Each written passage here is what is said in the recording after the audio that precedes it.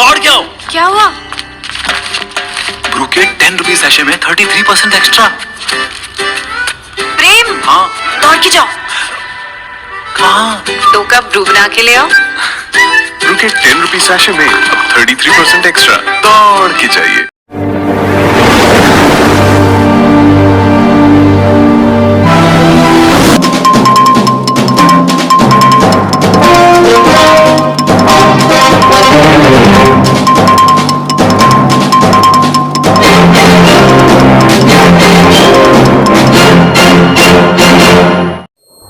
ನಮಸ್ಕಾರ, ರಾಜ್ ನ್ಯೂಸ್ ಲೈನ್ಗೆ ಸುಸ್ವಾಗತ.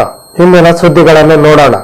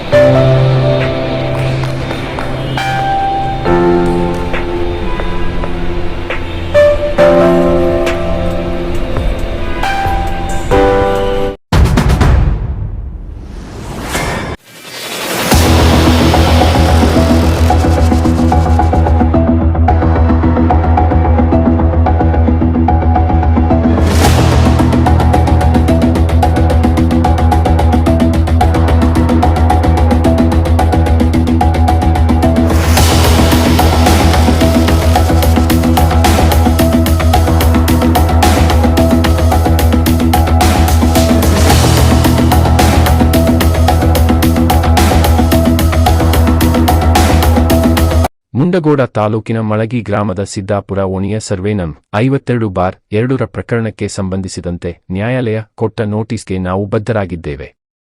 ನ್ಯಾಯಾಲಯದ ವಿರುದ್ಧವಾಗಿ ನಾವೇನೂ ವಾದ ಮಾಡುತ್ತಿಲ್ಲ, ಆದರೆ ಅವರು ನೀಡಿದ ನೋಟಿಸ್ ಸರಿಯಾಗಿಲ್ಲ. ಮತ್ತೊಮ್ಮೆ ಸರ್ವೆ ಮಾಡುವ ಮೂಲಕ ಇಲ್ಲಿ ವಾಸಿಸುವ 24 ಕುಟುಂಬಗಳಿಗೆ ನ್ಯಾಯ ಒದಗಿಸಿಕೊಡಬೇಕೆಂಬುದೇ ನಮ್ಮೆಲ್ಲರ ಒತ್ತಾಯವಾಗಿದೆ ಎಂದು ಎಸ್ಸಿ/ಎಸ್ಟಿ ದೌರ್ಜನ್ಯ ಸಮಿತಿ ನಾಮನಿರ್ದೇಶಿತ ಸದಸ್ಯ ಜಿಲ್ಲಾ ಬೋವಿ ಸಮಾಜದ ಮುಖಂಡ ಶಿವಾನಂದ ದೇಶಳ್ಳಿ ಹೇಳಿದರು. ಶನಿವಾರ ಮಳಗಿ ಗ್ರಾಮದ ಸಿದ್ದಾಪುರ ಓಣಿಯಲ್ಲಿ ಅವರು ಮಾಧ್ಯಮದವರೊಂದಿಗೆ ಮಾತನಾಡಿದರು. ಎಲ್ಲರಿಗೂ ನಮಸ್ಕಾರ. ನಾವು ಇವತ್ತು ಇಲ್ಲಿ ಸೇರಿರುವ ಉದ್ದೇಶ ನಮ್ಮ ಮುನಗೋಡು ತಾಲೂಕಿನ ಮಳಗಿ ಗ್ರಾಮದ ಸಿದ್ದಾಪುರ ಓಣಿಯ ಏನು ನಮ್ಮ ಜನಾಂಗ ಮತ್ತು ಇತರ ಜನಾಂಗದ ಮನೆಗಳನ್ನು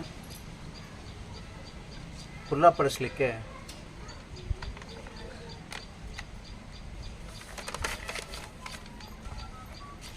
JMFC ನ್ಯಾಯಾಲಯ ಮುನಗೋಡು ಒಂದು ಆದೇಶ ಕೊಟ್ಟಿದೆ. ಅದು ಯಾವಾಗಪ್ಪ ಅಂತಂದರೆ 20/11/2025 ಒಂದು ನೋಟಿಸನ್ನು ಜಾರಿ ಮಾಡಿದೆ. ಏನಿದು ನೋಟಿಸ್ ಜಾರಿ ಮಾಡಿದ 20/11 ಜಾರಿ ಮಾಡಿದ್ದನ್ನು ಯಾರಿಗೆ ಕೊಟ್ಟಿದ್ದಾರೆ ನ್ಯಾಯಾಲಯ? ಬೆಲೀಫ್ ಸಿವಿಲ್ ಜಡ್ಜ್ ಮತ್ತು JMFC ನ್ಯಾಯಾಲಯ ಮುನಗೋಡು ಅಂತ ಬಂದಿದೆ. ಇವರು 20/11/2025 ಬಂದಂಥ ನೋಟಿಸನ್ನು ಮೊನ್ನೆ 2 ದಿವಸದ ಹಿಂದೆ ಈ ಸಿದ್ದಾಪುರ ಓಣಿಗೆ ಬಂದು ಪ್ರತಿಯೊಂದು ಮನೆಗೆ ಈ ಒಂದು ನೋಟಿಸನ್ನು ಅಂಟಿಸಿರ್ತಾರೆ, ಪ್ರತಿಯೊಬ್ಬ ಮನೆಗೂ ಕೂಡ. ಇದರಿಂದ ನಮ್ಮ ಜನಾಂಗ ಇತರ ಜನಾಂಗದ ಎಲ್ಲ ಏನು ಕುಟುಂಬದವರಿದ್ದಾರೆ ಎಲ್ಲ ಆತಂಕಕ್ಕೊಳಗಾಗಿದ್ದಾರೆ. ಯಾಕೆ ದಿಢೀರಂತ ಈ ರೀತಿ ನಮ್ಮನ್ನು ಮನೆ ಹೊರಗಿಂದ ಹೊರಹಾಕಲಿಕ್ಕೆ ನಮಗೆ ಯಾಕೆ ಈ ಆದೇಶ ಆಗಿದೆ ಅಂತ. ನಮ್ಮ ಜನಾಂಗಕ್ಕೆ ಈ ಒಂದು 80% ನಮ್ಮ ಬೋವಿ ಸಮಾಜದ ಜನರಿದ್ದಾರೆ. ಇವ್ರಿಗೇನು ಗೊತ್ತಿಲ್ಲ, ಕಾನೂನು ಅಂದರೆ ಏನು ಗೊತ್ತಿಲ್ಲ, ಯಾವ ರೀತಿ ಹೋಗ್ಬೇಕಂತ ಗೊತ್ತಿಲ್ಲ, ಮುಂದೆ ಯಾವ ರೀತಿ ಹೋಗಿ ಇದಕ್ಕೆ ತಡೆ ತರಬೇಕನ್ನೋದು ಗೊತ್ತಿಲ್ಲ, ಏನೂ ಗೊತ್ತಿಲ್ಲ. ಅಂಥ ಜನಾಂಗಕ್ಕೆ ಈಗ ಒಂದು ಅನ್ಯಾಯ ಆಗಿದೆ ಅಂತ ನಾವೆಲ್ಲ ಏನು ಸೇರಿಕೊಂಡಿದ್ದೇವೆ ಮುಖಂಡರುಗಳು, ಎಲ್ಲ ಮುಖಂಡರುಗಳು ನಾವು ಅದನ್ನು ಮಾಡ್ತಾ ಇದ್ದೇವೆ. ಏನಾಗಿದೆ, ಸರ್ವೆ ನಂಬರ್ 52/2 ನಮ್ಮದು ವಾದ ಏನಿದೆಯಪ್ಪ ಅಂತಂದರೆ, ಇದು ನಿಮಗೆ ನ್ಯಾಯಾಲಯ ನಾವು ಕೊಟ್ಟಿದ್ದು ಒಂದು ಇದಕ್ಕೆ ನಾವು ಬದಲಾಗಿದ್ದೇವೆ, ಏನು ಇದಲ್ಲ, ನ್ಯಾಯಾಲಯಕ್ಕೆ ನಾವು ವಿರುದ್ಧವಾಗಿ ಇದೇನು ನಾವು ಇದು ಕೊಡ್ತಾ ಇಲ್ಲ. ಆದರೆ ಇದೇನು ಕೊಟ್ಟಿದ್ರಲ್ಲ ನೋಡಿ, 52 ಸರ್ವೆ ನಂಬರು, ನಮ್ಮೆಲ್ಲರೂ ಎಲ್ಲ ನಮ್ಮ ಏನು ಕುಟುಂಬಗಳಿದ್ದಾವಲ್ಲ ಎಲ್ಲರೂ ವಾದ ಒಂದೇ, ನಮಗೆ ರೀಸರ್ವೆ ಆಗಬೇಕು. ರೀಸರ್ವೆ ಮಾಡಿ ಈ 52 ಸರ್ವೆ ನಂಬರ್ ಏನಿದೆ ಅಲ್ಲ, ನೀವು ಏನು ಕೊಟ್ಟಿದ್ರಲ್ಲ ಈ ನೋಟಿಸಿಗೆ, ಇದು ಸರಿಯಾಗಿಲ್ಲ ಅಂತೇಳಿ ನಾವು ಹೇಳ್ತಾ ಇದ್ದೇವೆ. ಮಾನ್ಯ ನ್ಯಾಯಾಲಯ ಮತ್ತು ಒಂದು ಸರ್ವೆನ ಮಾಡಿ ನಮ್ಮ ಜನಾಂಗಕ್ಕೆ, ಇತರ ಜನಾಂಗಕ್ಕೆ ಆದಂಥ ಈ ಒಂದು ಏನಾಗಿದೆ ಇದನ್ನು ನಮ್ಮ ನ್ಯಾಯ ಒದಗಿಸ್ಕೊಡ್ಬೇಕಂತ ಈ ಮೂಲಕ ಕೇಳ್ಕೊತಿದ್ದೇನೆ. ಅದರ ಜೊತೆಯಲ್ಲಿ ನೋಡಿ, ಈ ಹಿಂದೆ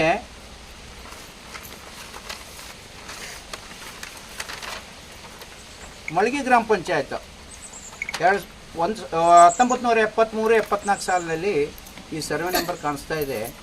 ಸರ್ವೆ ನಂಬರಲ್ಲಿ ಗೌಂಟೌನ್ ಜಾಗ ಅಂತ ತೋರಿಸ್ತಾ ಇದೆ ರೀ, ಗೌಂಟೌನ್ ಜಾಗ ಅಂತ ತೋರಿಸ್ತಾ ಇದೆ. ಇದು ಅದಕ್ಕೋಸ್ಕರನೇ ನಾವೇನು ಮಾಡ್ತಾ ಇದ್ದೀವಿ, ಈ ಒಂದು ಸರ್ವೆ ನಂಬರನ್ನು ಸರ್ವೆ ಮಾಡಬೇಕು ಅನ್ನೋಂಥದ್ದು ನಮ್ಮೆಲ್ಲರ ವಾದ.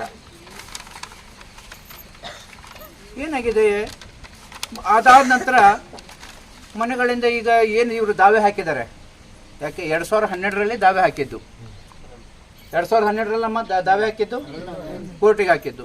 2012ರ ನಂತರದಲ್ಲಿ ಸಾಕಷ್ಟು ಡೆವಲಪ್ ಆಗಿದೆ. ಇವತ್ತು ಯಥಾಸ್ಥಿತಿ ಕಾಪಾಡಬೇಕಂತೇಳಿ ಒಂದು ಆದೇಶನ ಪಂಚಾಯತ್ ಕೊಡ್ಬೋದಿತ್ತು. ಸಾಕಷ್ಟು ಮನೆ ಮಂಜೂರಾತಿ ಆಗಿದೆ, ಅದಾದ ನಂತರ SC ಅನುದಾನದಲ್ಲಿ ಪಕ್ಕ ಗಟಾರ್ಗಳಾಗಿದ್ದಾವೆ, ರಸ್ತೆಗಳಾಗಿದ್ದಾವೆ, ಸಿಮೆಂಟ್ ಕಾಂಕ್ರೀಟ್ ರಸ್ತೆಗಳಾಗಿದ್ದಾವೆ, ಮನೆಗೆ ನಲ್ಲಿಗಳ ಸಂಪರ್ಕ ಆಗಿದೆ, ಬಾವಿಗಳಾಗಿದ್ದಾವೆ. ಅದಾದ ನಂತರ ಮನೆ ಕರೆ ಕಟ್ಕೊತಾ ಇದ್ದಾರೆ. ಹೀಗಿರುವಾಗ ದಿಢೀರಂತ ಈ ನೋಟಿಸನ್ನು ಕೊಡಿಸ್ಬೇಕಪ್ಪ ಅಂತಂದರೆ ಮಾನ್ಯ ನ್ಯಾಯಾಲಯರು ಸ್ವಲ್ಪ ಇದನ್ನು ವಿಚಾರ ಮಾಡಬೇಕಾಗಿತ್ತು, ಮಾಡಿಲ್ಲ. ಈಗ ನಮ್ಮಲ್ಲಿ ವಾದವಷ್ಟೇ ಇಟ್ಕೊಳ್ರಿ. ಈ ಒಂದು ನೋಟಿಸಲ್ಲಿ ಕೂಡ ನಾನು ಸ್ವಲ್ಪ ಹೆಚ್ಚು ಕಮ್ಮಿ ಆಗಿದ್ದನ್ನು ನಾನು ಕೇಳ್ತಾ ಇದ್ದೀನಿ. ನೋಡಿ, ಇದರೊಳಗೆ ಏನಿದೆ, ಇದೊಂದು ಒಬ್ಬರು ಬಂದಂಥ ಒಂದು ಇದನ್ನು ಓದ್ತಾ ಇದ್ದೀನಿ. ಶ್ರೀಮತಿ ಬಿಬಿಜಾನ್ ಅಬ್ದುಲ್ ಸತ್ತರ್ ಸಾಬ್ ಮಂಡಕಿ ಇವರ ಮೇಲೆ ನಮೂದಿಸಿರುವ ಇತರೆ 23 ಜನ ಅಧಿಭೋಗದಲ್ಲಿರುವ ಈ ಕೆಳಗೆ ನಮೂದಿಸಲಾಗಿರುವ ಸ್ವತ್ತನ್ನು ಮೂಲದಾವ ನಂಬರ್ 30 2011ರಲ್ಲಿ ಎಕ್ಸ್ ನಂಬರ್ 171/2012 ವಾದಿಯಾದ ಶ್ರೀಮತಿ ನೀಲಾಬಾಯಿ ಕೋಮ್ ಬಸವರಾಜ್ ಪಾಟೀಲ್ ಇವರು ಪರವಾಗಿ ಡಿಕ್ರಿ ಮಾಡಿರುವುದರಿಂದ ಅದನ್ನು ಸದರಿ ಮೂಲದಾವದಲ್ಲಿ ವಾದಿಯಾದ ಮತ್ತು ಆ ಅಮಜಾರಿ ಪ್ರಕರಣದಲ್ಲಿ ಡಿಕ್ರಿ ಹೋಲ್ಡರ್ ಆದ ಶ್ರೀಮತಿ ನೀಲಾಬಾಯಿ ಕೋಮ್ ಬಸವಗೌಡ ಪಾಟೀಲ್ ಅವರಿಂದ ಸ್ವಾಧೀನಕ್ಕೆ ದಿನಾಂಕ 23/12/2025 ಒಳಗಾಗಿ ಒಪ್ಪಿಸಬೇಕೆಂದು ಈ ಮೂಲಕ ನಿರ್ದೇಶಿಸಲಾಗಿದೆ ಅಂತ ಬಂದಿದೆ. ಇದು ಇಲ್ಲಿವರೆಗೂ ಓಕೆ. ಒಂದೊಮ್ಮೆ ಡಿಕ್ರಿಗೆ ಬದ್ಧರಾಗಿದ್ದು ಅದನ್ನು ಬಿಟ್ಟುಕೊಡಲು ನಿರಾಕರಿಸುವ ಯಾರೇ ವ್ಯಕ್ತಿಯನ್ನು ಹೊರಹಾಕಲು ನಿಮ್ಮನ್ನು ಈ ಮೂಲಕ ಅಧಿಕೃತಗೊಳಿಸಲಾಗಿದೆ ಅಂತ ಬಂದಿದೆ. ಆದರೆ ಸ್ವಾಮಿ, ಇದು 12/11/2025 ಜಜ್ಮೆಂಟ್ ಆಗಿದೆ. ಜಜ್ಮೆಂಟ್ ಕಾಪಿಯಲ್ಲಿ ಏನು ಹೇಳ್ತದೆ, ಈ ಪ್ರಕರಣ ಈ ನ್ಯಾಯಾಲಯ ದಂಡಾಧಿಕಾರಿಗೆ ಅರ್ಜಿಯ ಆಸ್ತಿಯ ಒಂದು ಎದ್ದು ಕಾಣುವ ಸ್ಥಳದಲ್ಲಿ ಸ್ವಾಧೀನದ ವಿತರಣೆಗಾಗಿ ವಾರೆಂಟ್ ಪ್ರತಿಯನ್ನು ಅಂಟಿಸಲು ಈ ಮೂಲಕ ನಿರ್ದೇಶಿಸಲಾಗಿದೆ. ಅದು ಕೊಟ್ಟಿದ್ದಾರೆ, ಇದು ಅಂಟಿಸಲಿಕ್ಕೆ ಕೊಟ್ಟಿದ್ದಾರೆ. 23/12/25 ಅಥವಾ ಅದಕ್ಕೂ ಮೊದಲು ಅರ್ಜಿಯ ಆವರಣವನ್ನು ಖಾಲಿ ಮಾಡಬೇಕು. ಅವರು ವಿಫಲವಾದರೆ ಈ ನ್ಯಾಯಾಲಯವು ಅಗತ್ಯ ಆದೇಶಗಳನ್ನು ನೀಡುತ್ತದೆ. ಸ್ವಾಧೀನ ವಿತರಣೆಗಾಗಿ ಮರು ವಾರೆಂಟ್ ಹೊರಡಿಸಿ. ಅದು 9/1/2026 ಆ ಡೇಟ್ ಇದೆ. ಇದಕ್ಕೆ ಸ್ವಾಮಿ ನಿಮಗೆ ಗೊತ್ತಾಗುತ್ತಲ್ವ, ಇದು ಎಷ್ಟು ವ್ಯತ್ಯಾಸ ಇದೆ ಅಂತ ಗೊತ್ತಾಗುತ್ತಲ್ವ.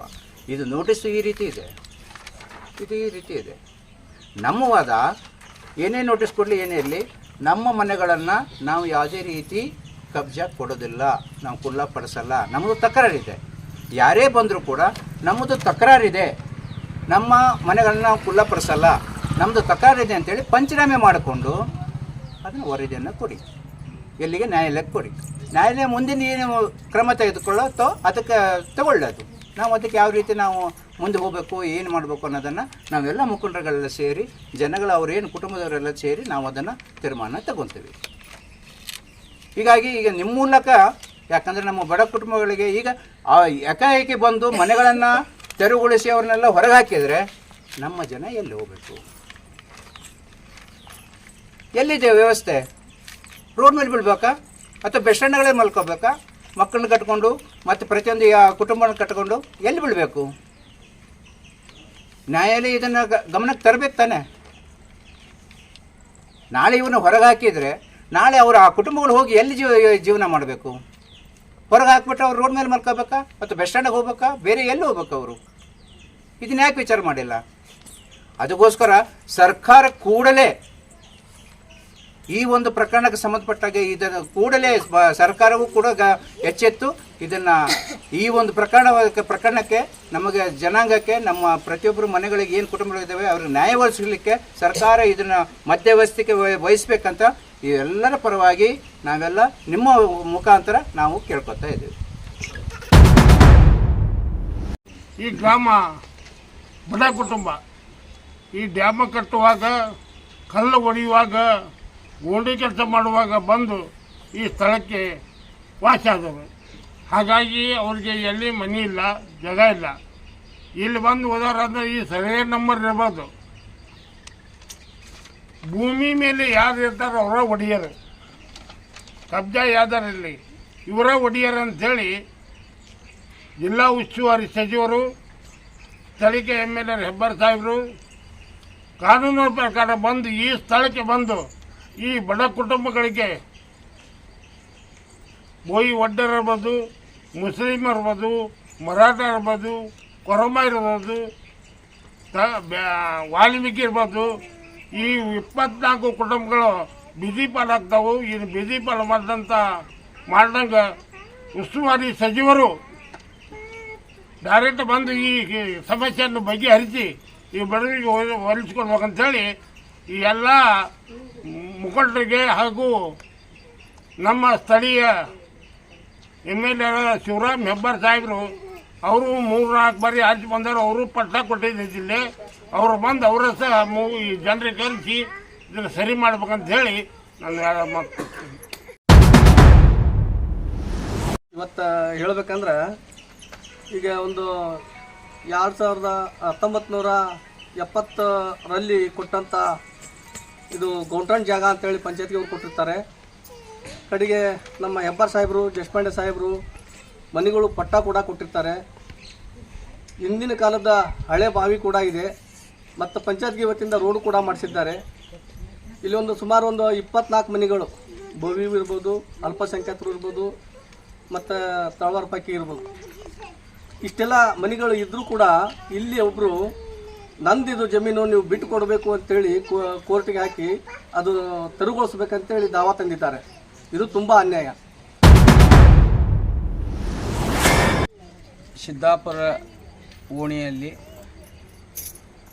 ಮತ್ತು ದಲಿತರಿಗೆ, ಅಲ್ಪಸಂಖ್ಯಾತರಿಗೆ ಹಾಗೂ ವಾಲ್ಮೀಕಿ ಸಮಾಜದವರು ಸುಮಾರು 100 ವರ್ಷದಿಂದ ವಾಸ ಮಾಡ್ತಾ ಇದ್ದಾರೆ. ಇದಕ್ಕೆ ಸಾಕ್ಷಿ ಬಾವಿ ಇದೆ ಸರ್ಕಾರದ್ದು, ಗ್ರಾಮ ಪಂಚಾಯತಿಯಿಂದ CC ರೋಡ್ ಅದೇ, ಗಟಾರ್ ಇದೆ ಮತ್ತು 100 ವರ್ಷದ್ದು ಅಜ್ಜಿ ಸಹ ಇಲ್ಲಿ ನಾವು ಪ್ರತ್ಯಕ್ಷ ನೋಡ್ತಾ ಇದ್ದೇವೆ. ಅದಕ್ಕೆ ನಾವು ಪೂರ್ತಿ ಈ ಬಡ ಜನಕ್ಕೆ ನಾವು ಬೆಂಬಲವಾಗಿ ನಿಲ್ತೇವೆ ಅಂತ ಹೇಳಿ ನಾನು 2 ಮಾತು ಮುಗಿಸ್ತೇನೆ. ಜೈ ಹಿಂದ್, ಜೈ ಕರ್ನಾಟಕ.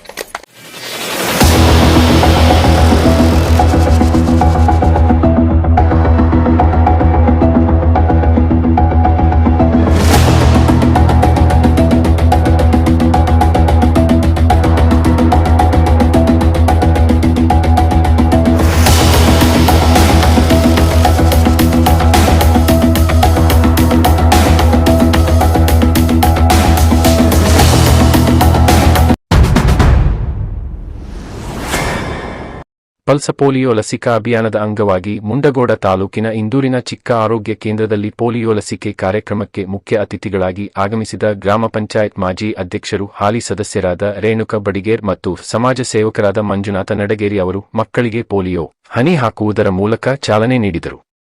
ಈ ಸಂದರ್ಭದಲ್ಲಿ ಗೀತಾ ರಜಪೂತ, ಭಾರತಿ ಕುರ್ಡೇಕರ, ನಾಗಮ್ಮ ದೊಡ್ಮನಿ, ಸುವರ್ಣ ಸುರಣ್ಣನವರ, ಕಲ್ಪನಾ ತೋರಗಲ್ಲ ಹಾಗೂ ಮುಂತಾದವರಿದ್ದರು.